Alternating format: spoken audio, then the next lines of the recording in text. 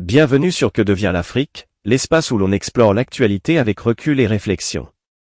Aujourd'hui, nous nous intéressons au golfe de Guinée et aux récentes initiatives américaines au Nigeria, présentées officiellement comme des démarches de soutien institutionnel et de renforcement des capacités locales. Le professeur Franklin Nyamsi propose une analyse structurée de ces actions, replacées dans leur contexte historique, géopolitique et économique, afin de mieux comprendre les dynamiques régionales.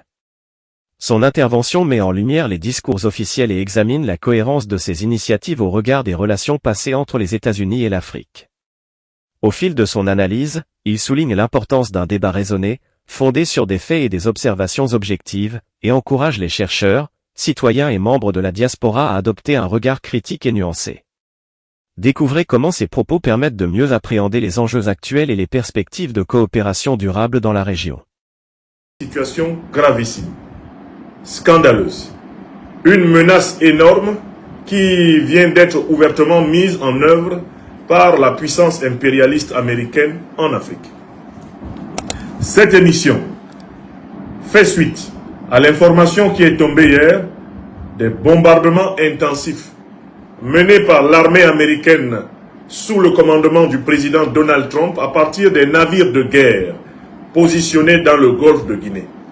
Bombardements intensifs sur la terre africaine du Nigeria au motif de combattre les groupes terroristes accusés par Donald Trump d'assassiner les chrétiens. Il faut que ce soit très clair. Je vais démontrer d'une manière scientifiquement irréprochable que la lutte antiterroriste de Donald Trump contre Daesh au Nigeria est une arnaque impérialiste de plus contre l'Afrique. Je vous invite à rédiger la thèse. Tilana Aya Sebe. Je vais démontrer que la lutte antiterroriste du président américain Donald Trump contre Daesh au Nigeria est une arnaque impérialiste de plus contre l'Afrique. Cette démonstration va se faire en 4 arguments fondamentaux. Je vous invite à noter que j'ai 4 arguments fondamentaux pour démontrer que la soi-disant lutte antiterroriste du président américain Donald Trump contre l'organisation terror-impérialiste Daesh est une arnaque de plus contre l'Afrique. Et à la fin de cette émission, je proposerai des recommandations fortes pour contrer le plan impérialiste du président américain Donald Trump contre l'Afrique. Car je ne me contente pas de dénoncer, mon rôle en tant qu'intellectuel politique panafricaniste est de proposer des pistes de solution. Quand un problème se pose, il ne suffit pas d'avoir bien compris le problème, encore faut-il entrevoir comment on peut en sortir. Car un problème qui n'a pas de solution n'est pas un problème. C'est une fatalité du destin. Voici donc le premier argument qui me permet d'établir d'une manière incontestable que Donald Trump et les États-Unis ne sont pas en train de combattre le terrorisme au Nigeria comme ils le prétendent. Le premier argument, je vous invite à le noter. Parce que par la suite, vous êtes aux États-Unis, au Canada, vous êtes en Europe, vous êtes en Asie, vous êtes partout en Afrique, vous êtes dans les îles des océans Atlantique et Indien. Vous aussi, vous devez monter au créneau pour contredire, pour démystifier ceux qui vont prétendre que l'Amérique est en train de combattre le terrorisme au Nigeria, en Afrique. Vous tous ici rassemblés, vous avez la même responsabilité que moi pour dénoncer l'arnaque impérialiste américaine. Et pour la dénoncer, il faut posséder des arguments. Il ne faut pas simplement posséder la colère, l'émotion. Il ne faut pas simplement être fâché. Il faut démontrer aux États-Unis, au Canada. Il faut démontrer partout en Europe, partout en Afrique, partout en Asie, partout dans les îles de l'océan Atlantique et dans les îles de l'océan Indien, que nous, Africains, savons que la lutte antiterroriste du président Donald Trump contre Daesh au Nigeria est une arnaque impérialiste de plus contre l'Afrique. Raison pour laquelle nous allons demander au président Donald Trump de retirer toutes les troupes américaines du sol africain de retirer sans délai toutes les troupes américaines du sol africain. Et nous allons le lui demander tous ensemble, sur tous les réseaux sociaux du monde. Toutes les Africaines et tous les Africains éveillés ont la responsabilité d'exiger le retrait total des troupes impérialistes américaines du sol africain. Nous ne le demandons pas par haine contre le peuple américain. Nous le demandons par exigence de vérité, de justice et de solidarité pour l'Afrique agressée. Voilà pourquoi je tiens à ce que tout le monde note les arguments. Et que ceux qui suivent cette émission mettent au moins des numéros pour se souvenir des arguments imparables. Je dis bien imparables. Personne ne peut démontrer que ces arguments sont faux. Personne. Premier argument. L'ambivalence morale du président Donald Trump envers l'Afrique. Une ambivalence qui est à la fois morale et idéologique. Qu'est-ce que j'entends par ambivalence? C'est que Donald Trump a envers l'Afrique une position qui est contradictoire. Envers l'Afrique, il dit une chose et son contraire. Donald Trump est moralement, intellectuellement et idéologiquement flou face à l'Afrique. Démonstration. Lors de sa première mandature, lors de son premier mandat à la tête des États-Unis d'Amérique, le président Donald Trump s'est fait remarquer par le fait qu'il a considéré que la plupart des pays africains sont des shithole countries, des pays de merde. Vous vous en souvenez tous, oui ou non? Donald Trump considère la plupart des pays africains comme des shithole countries, des pays de merde. Donald Trump, comme président des États-Unis, au premier et au second mandat, mène une politique anti-immigrationniste, une politique protectionniste, une politique hostile à l'entrée des populations africaines aux États-Unis. Il ne veut pas que les Africains viennent aux États-Unis. Il est hostile à l'immigration africaine aux États-Unis. Non seulement, sous le président Donald Trump, les Afro-Américains d'origine sont sous un registre d'hostilité du pouvoir envers eux, mais les immigrés africains aux États-Unis, qui commençaient même à avoir un statut et une intégration, et une reconnaissance et une régularisation, sont en train de perdre leurs droits en masse. La politique du président Donald Trump est une politique anti-africaine. Dans le cadre de l'observation des dynamiques internationales en Afrique, le professeur Franklin Nyamsi offre une lecture méthodique et nuancée des initiatives américaines dans le golfe de Guinée, et plus particulièrement au Nigeria.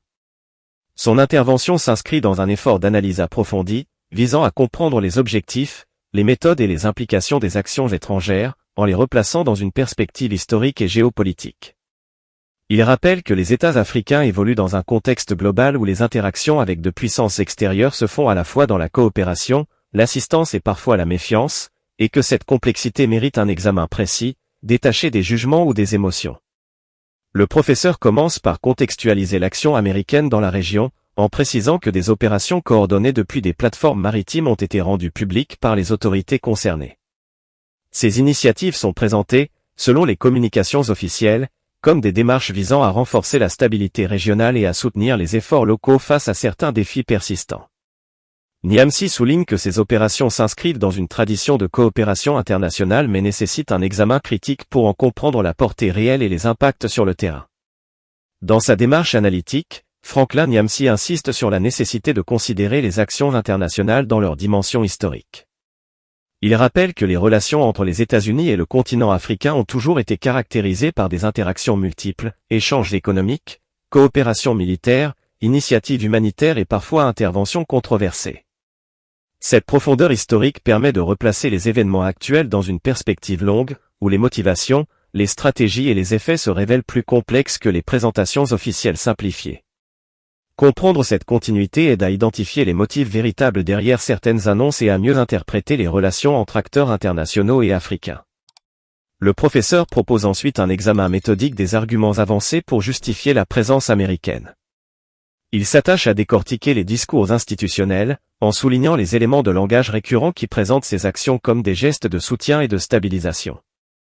Il met en évidence l'importance de la rigueur intellectuelle et de la méthodologie scientifique dans l'analyse de telles informations, afin de séparer les faits observables des interprétations subjectives. Cette approche favorise la réflexion critique et permet à chaque observateur, qu'il soit décideur, chercheur ou membre de la diaspora, de se forger une compréhension solide et nuancée de la situation. Au cœur de l'intervention du professeur Niamsi se trouve une réflexion sur les responsabilités des intellectuels et des citoyens engagés. Il insiste sur l'importance d'un débat ouvert et argumenté, fondé sur l'esprit critique et la recherche de la vérité. Dans cette perspective, chaque acteur a un rôle à jouer pour examiner les données disponibles, questionner les récits médiatiques et institutionnels et proposer des pistes constructives. Cette démarche dépasse la simple observation, elle s'inscrit dans un projet de partage de connaissances et de formation d'une opinion éclairée, capable de nourrir le dialogue et les décisions politiques dans un cadre de respect mutuel et de responsabilité collective. Niamsi met également en lumière les enjeux de souveraineté et de gouvernance. Il rappelle que chaque État africain détient le droit et la responsabilité de définir ses priorités de sécurité et de développement, et que la coopération internationale doit être évaluée à l'aune de son utilité réelle pour les populations locales. L'analyse des opérations américaines, selon lui, doit donc se faire en parallèle avec les perspectives et les besoins des communautés africaines elles-mêmes, en veillant à ce que les initiatives étrangères complètent plutôt qu'elles ne remplacent les stratégies locales de renforcement institutionnel. Une dimension essentielle abordée par le professeur concerne la cohérence et la clarté des messages institutionnels. Il observe que certaines communications officielles peuvent être ambiguës, voire contradictoires, lorsqu'elles sont analysées à l'aune de la réalité historique et politique. Comprendre ces nuances est indispensable pour éviter des interprétations simplistes ou biaisées, et pour mieux cerner les intentions et les objectifs des acteurs internationaux dans la région. Cette approche analytique encourage également les décideurs africains et les partenaires internationaux à adopter une posture plus prudente et réfléchie dans la conception de partenariats. L'intervention de Niamsi prend également un tournant constructif, en proposant des pistes de réflexion et d'action. Il souligne que comprendre les enjeux contemporains ne suffit pas, il est nécessaire d'imaginer des solutions qui favorisent le développement inclusif, le dialogue entre acteurs internationaux et locaux, et la consolidation des institutions africaines. Il encourage à promouvoir des initiatives qui renforcent la résilience des communautés, le partage d'expertise, la formation et le renforcement des capacités locales, tout en respectant les principes de transparence, de responsabilité et de coopération équitable. Le professeur souligne encore l'importance de la vision panafricaine. Selon lui, une analyse pertinente doit intégrer la perspective continentale et la solidarité entre nations africaines. Cette approche permet de dépasser les intérêts ponctuels et d'envisager des stratégies de long terme, centrées sur le développement durable, la sécurité partagée et l'épanouissement des populations. La vision panafricaine insiste sur le fait que les solutions doivent être co-construites par les Africains eux-mêmes, en concertation avec leurs partenaires internationaux, afin d'assurer une pertinence et une durabilité accrues. Tout au long de son intervention, Franklin Niamsi illustre ses propos par des exemples précis et des comparaisons historiques. Il rappelle que la vigilance et la lucidité intellectuelle sont essentielles pour interpréter les actions étrangères, afin de distinguer les intentions déclarées des effets potentiels sur le continent. Cette méthodologie permet non seulement d'éclairer le public, mais aussi de contribuer à la formulation de politiques adaptées, fondées sur la connaissance approfondie des enjeux et sur la prudence dans l'établissement de partenariats internationaux. En conclusion, l'analyse du professeur Niamsi se veut autant éducative que prospective. Elle appelle à la réflexion, au dialogue et à la construction de solutions durables. Le message final, empreint d'optimisme et d'une sagesse ancestrale, rappelle que chaque problème, lorsqu'il est bien compris et analysé, offre une opportunité de transformation positive. Comme le dit un proverbe africain, seul on va plus vite, ensemble on va plus loin.